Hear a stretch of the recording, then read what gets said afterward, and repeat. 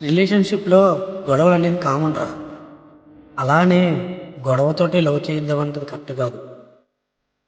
తనని లవ్ చేయని ఎలా బతిమాలుకున్నావో, ఈ చిన్న గొడవ వల్ల తనని ఎలా దూరం చేస్తున్నావురా? నువ్వు లవ్ చేయకుండా తను హ్యాపీగా ఉంటది కదా!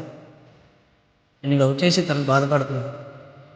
అరే చిన్న చిన్న ఈట్లికి గొడవ పడితే రేపొద్దున పెద్ద విషయం అవుతది. అప్పుడు మీరిద్దరు ఎలా సాల్వ్ చేసుకుంటారు?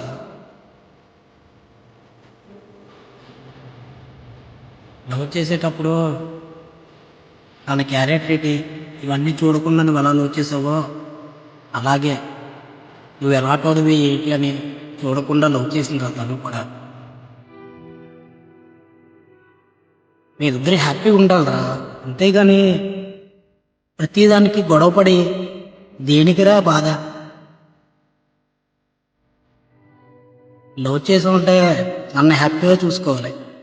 అంతేగాని తను ఎందుకు లవ్ చేశాను అని అనిపించుకోకూడదురా.